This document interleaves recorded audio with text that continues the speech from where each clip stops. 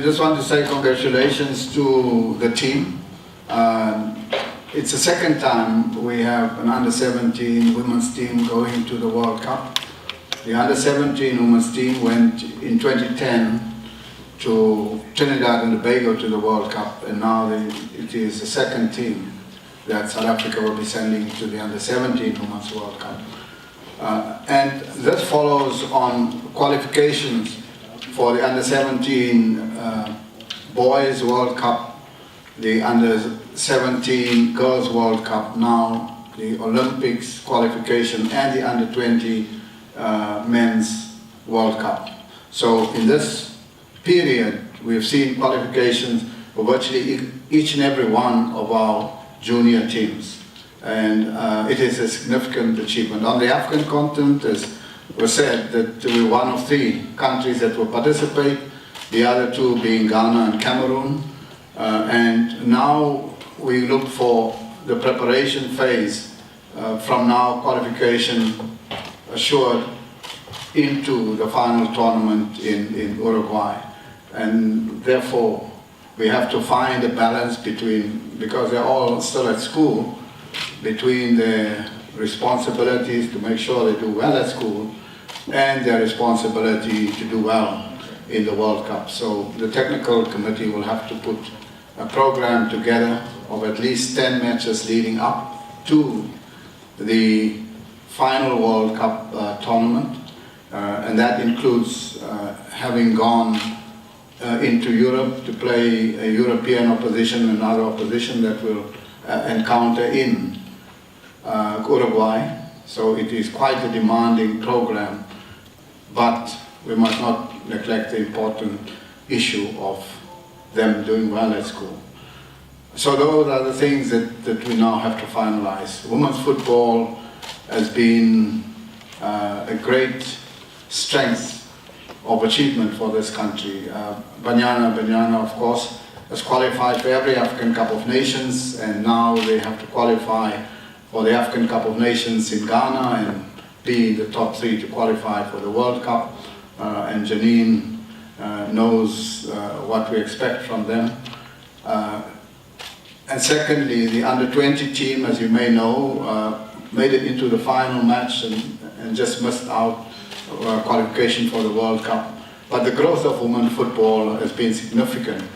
We now have more than 450,000 women footballers, and we want to grow women's football to see at least 1 million women football players by 2022 in this country.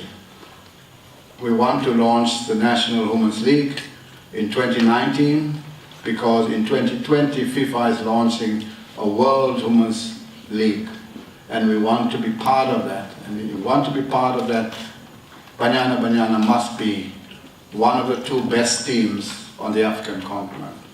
So our pathway is clear to us, what is it that we must achieve, and this qualification further strengthens the overall drive for the emergence of women's football on the global stage. And I want to say to the coach and the captain here, Simpiwe, she knows she's an international player herself, and the captain, who happens to have my surname. I don't know how she got it, but I will have to inquire, because I've never met her family.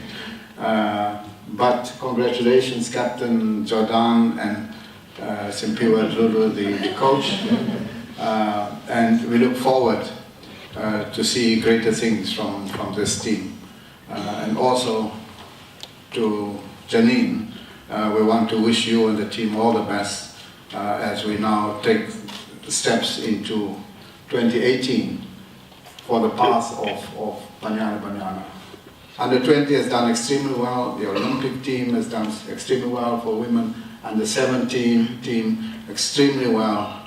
It's now your turn, and we expect only the best. We want to be amongst the best in women's football, in FIFA and in world football. And we can, because we have excellent players. We have excellent players, under 17, under 20, and now the coach tells me there are even more better players that I don't know why he didn't select them if they are better. But we are happy with this team. They gave us what we wanted, qualification for the World Cup. But women's football is thriving, and also in the administration, you know, when we go to the election, they talk a lot about it, but we will have one vice president, a woman. It's in the constitution, it's guaranteed.